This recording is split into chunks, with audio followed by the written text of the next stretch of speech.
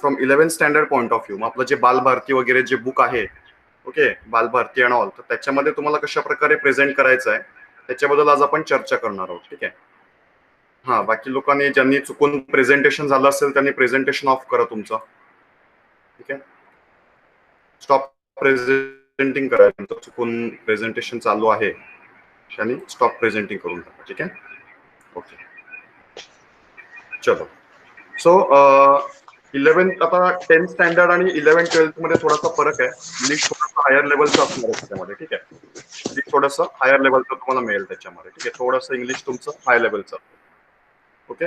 So आता आपण चर्चा करणार आहोत की इंग्लिशचं बेसिकली रोल काय आहे.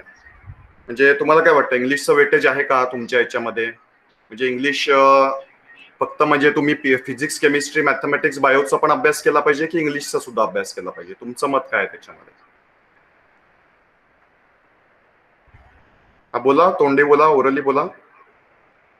फिजिक्स, केमिस्ट्री, मॅथ्स, बायो याचा पण अभ्यास केला पाहिजे की इंग्लिशचा पण केला पाहिजे की इंग्लिशचा फक्त तुम्ही पास होण्यासाठी केलं पाहिजे? तुमचं मत काय या बाबतीमध्ये ते तुम्ही सांगू शकता का? तुमचं मत. इंग्लिशचा पण अभ्यास केला पाहिजे, बरोबर. त्याच्या मागचं कारण काय मग विशेष काय कारण आहेत मी की इंग्लिशचा अभ्यास केला पाहिजे? त्याच्या मागे कारण काय? स्कोर करण्यासाठी. स्कोअर करण्यासाठी, बरोबर. आता कसं आहे, बऱ्याच वेळा तुम्हाला 12वीची मार्क बऱ्याच वेळा ऍडमिशन देण्यासाठी विचारात घेतली जातात. तुमचा PCMBचा स्कोअर पण विचारात घेतला जातो आणि बऱ्याच वेळा 12वीचे जे ऍग्रिगेट मार्क आहेत ते 12वीचे ऍग्रिगेट मार्क सुद्धा त्याच्यामध्ये विचारात घेतले जातात. ठीक आहे. तर त्या दृष्टिकोनातून कसं आहे की पहिली गोष्ट, 12वीत चांगला स्कोअर करण्यासाठी इंग्लिशची गरज आहेच. दुसरी गोष्ट म्हणजे काही कोर्सेस आहेत 12वी नंतर, जसं तुम्ही कमर्शियल पायलटचा कोर्स आहे किंवा अजून काही स्पेसिफिक कोर्सेस आहेत, त्याच्यामध्ये तुम्हाला इंग्लिशचे मार्क त्याच्यामध्ये गृहीत धरले जातात. ठीक आहे. त्यामुळे तुम्हाला इंग्लिशचा स्कोअर करणं एक नेसेसरी आहे. आणि या व्यतिरिक्त एक डेली लाईफमध्ये, डेली प्रोफेशनल लाईफमध्ये, अकॅडमिक लाईफमध्ये तुम्हाला जर चांगलं करायचं असेल तर त्यासाठी तुम्हाला इंग्लिश येणं गरजेचं आहे. ओके. किंवा काही परीक्षा असतात, जशा NDAच्या परीक्षा आहे. तुम्ही 11वी 12वी नंतर म्हणजे मुलींना सोडून मुलं जे आहेत ते NDAची परीक्षा देऊ शकतात. त्याच्यामध्ये इंग्लिश हा सब्जेक्ट आहे. So you cannot ignore that subject. मला एवढंच बोलायचं की please do not ignore the subject. आणि दुसरी गोष्ट अशी आहे की आपला जो काही भाग आहे म्हणजे वेस्टर्न महाराष्ट्र असं आपण त्याला बोलू शकतो, तर त्याच्यामध्ये बरीच लोक इंग्लिशमध्ये फेल होण्याचं प्रमाण फार जास्त आहे. बऱ्याच लोकांचं काय फेल होण्याचं प्रमाण फार जास्त आहे इंग्लिशमध्ये. ठीक आहे. त्यामुळे तुम्हाला केअर घेतली पाहिजे की यू आर नॉट इग्नोरिंग दिस. तुम्ही प्रेझेंटेशन सुरू करतो आणि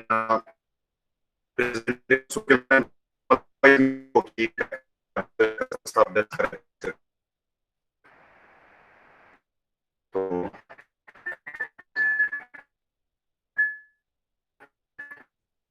तर तुम्हाला काय टेक्स्टबुक डाउनलोड करूया.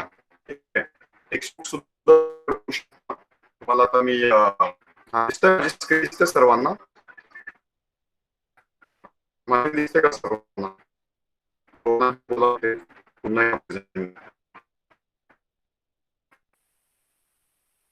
आवाज अनम्यूट करा.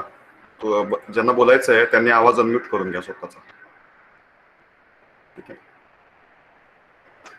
सध्या तरी दिसत नाही ना माझं प्रेझेंटेशन, बरोबर ना? पुन्हा एकदा प्रेझेंट करतो. तर इग्नोरन्स म्हणजे एक इग्नोरन्स त्याच्यामध्ये करू नका. आणि तुमचं कसं आहे म्हणजे इंग्लिश 10वी पर्यंतचं जे आहे, ठीक आहे, 10वी पर्यंत जे तुम्ही केलं, अप टू 10th स्टँडर्ड तुम्ही जो इंग्लिशचा अभ्यास केला तो थोडासा वेगळा होता. आणि 11वी मध्ये इंग्लिशचा अभ्यास करण्याचं जे तुमचं आहे ते थोडासा अँगल चेंज होणार आहे त्याच्यामध्ये.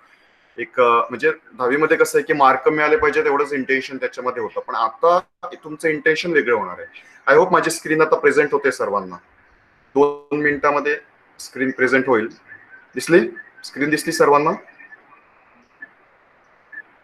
आता सर्वांनी काय करायचं आहे, सर्वांनी स्क्रीन दिसल्यानंतर पहिल्यांदा पिनचं बटन दाबून घ्या. माझ्या स्क्रीनवरती काय करायचंय, माझ्या प्रेझेंटेशनवरती पिनचं बटन दिसतंय तुम्हाला तिकडे, माझा आशासी नाव दिसतं ना, त्याच्यावर तुम्ही क्लिक करा आणि क्लिक करून पिन सारखा सिंबल दिसेल, तो पिन सारखा सिंबल तुम्ही तिकडे क्लिक करा त्याच्यामध्ये. समजलं सर्वांना काय करायचंय? येस, आलं लक्षात तुम्हाला? ओके. तर पिनचा बटन सर्वांनी दाबा. अदरवाईज काय होतं, जे नवीन मुलं जॉईन करतात ना, तर जॉईन करताना त्यांना बाय डिफॉल्ट प्रेझेंट करतात, त्यामुळे माझं प्रेझेंटेशन जाऊ शकतं. पण जर तुम्ही पिनवरती जर क्लिक केलं, काहीच नाही, माझं जे आशा सी नावाचं नाव दिसतं ना, त्याच्यावर तुम्ही क्लिक करा. क्लिक करून जिथे प्रेझेंटेशन दिसतं तिथे तुम्ही पिन बटन प्रेस करा. सिंपल आहे, काहीच प्रॉब्लेम नाही. सर्वांनी चॅटबॉक्सद्वारे मला उत्तर द्या, सर्वांनी पिन केलं की नाही केलं ते, किंवा ओरली पण उत्तर बोलू शकता तुम्ही. ठीक आहे, ओके. सो इंग्लिशमध्ये what are the differences in syllabus of relevant Spanish? Uh,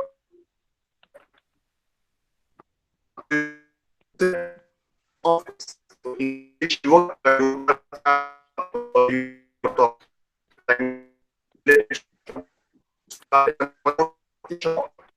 त्यामध्ये काय वापरला जातो, युवक भारती हा शब्द त्यामध्ये वापरला जातो.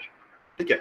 So statement of competencies in English Yuvak Bharati. तर कसं आहे की इंग्लिश मध्ये कोणत्या गोष्टी येतात, तर पहिलं तुम्हाला लिस्निंग आलं पाहिजे, स्पीकिंग आलं पाहिजे, रिडिंग आलं पाहिजे, रायटिंग आलं पाहिजे, स्टडी स्किल्स आहेत आणि लँग्वेज स्टडी आहेत. म्हणजे 11th स्टँडर्डचा जो सिलेबस डिझाईन केलेला आहे, that syllabus is design by keeping these things in mind.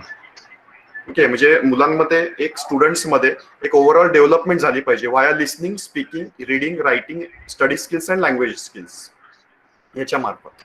ठीक आहे.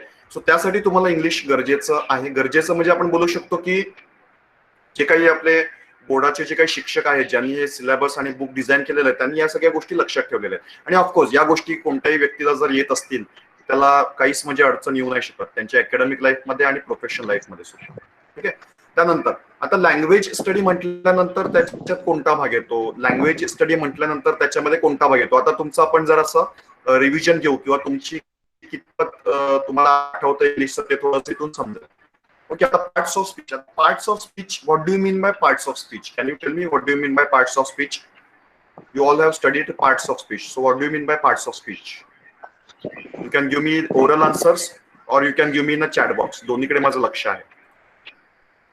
Yes.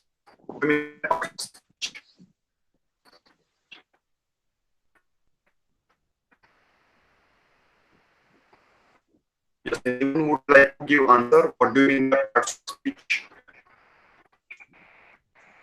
No one?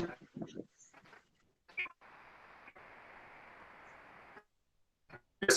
I'm getting some. See. Okay, to interact कराल तर तुम्हाला ऑनलाईन लेक्चर मध्ये मजा येईल. जर तुम्ही इंटरॅक्ट नाही केलं तर तुम्हालाच बोर होईल ऑनलाईन लेक्चर मध्ये. ठीक आहे, त्यामुळे तुम्हाला इंटरॅक्ट करणं गरजेचं आहे.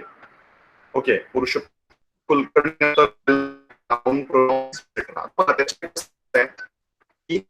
Arts of speech. आता स्पीच म्हणजे काय? स्पीच म्हणजे आपण बोलतो. स्पीच म्हणजे काय? स्पीच म्हणजे आपण बोलतो.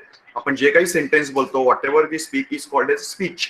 आपण कशा माध्यमातून बोलतो? आपण वर्ड्सच्या माध्यमातून बोलतो, आपण सेंटेन्सेसच्या माध्यमातून बोलतो, राईट. तर या ज्या सगळ्या गोष्टी आहेत, तर या सगळ्या गोष्टींना आपण स्पीच बोलतो. आणि स्पीच बोलल्यानंतर त्याच्यामध्ये काय येतं, तर पहिलं स्पीच बोलल्यानंतर पहिलं आता त्याच्यामध्ये तर तुमचे जे काही सेंटेन्स आहेत, सेंटेन्सचे जर तुम्ही पार्ट्स केले तर त्याला पार्ट्स ऑफ स्पीच म्हणतो. फॉर एक्झाम्पल मी बोललो love my city, I love city. I city जेव्हा आपण बोलतो, आय हे काय आहे त्याच्यामध्ये grammatically, what is I? I love my city, मग त्याच्यामध्ये आय ग्रॅमॅटिकली काय आहे? Can you tell me what is I grammatically? I love my city, what is I grammatically? I grammatically काय आहे?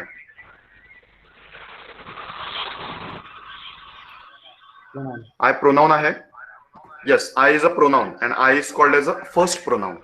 आय तुमचं प्रोनाउन आहे आणि I is a first pronoun. First प्रोनाउनचा अर्थ समजला म्हणजे प्रथम पुरुष आहे. मराठीमध्ये आपल्याबद्दल आपण बोलतोय त्याला आपण बोलतो फर्स्ट. त्याच्यानंतर आयच्या नंतर आपण काय बोलू शकतो? आय आय लव्ह माय. आता आय लव्ह, आता लव्ह काय आहे त्याच्यामध्ये? What is love?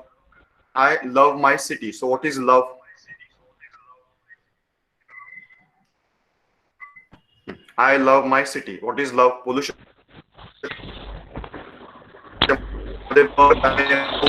काय आहे? ऍडजेक्टिव्ह. I love that.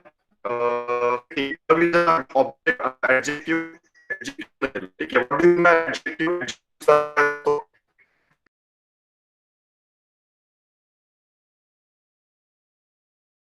अर्थ म्हणजे विशेष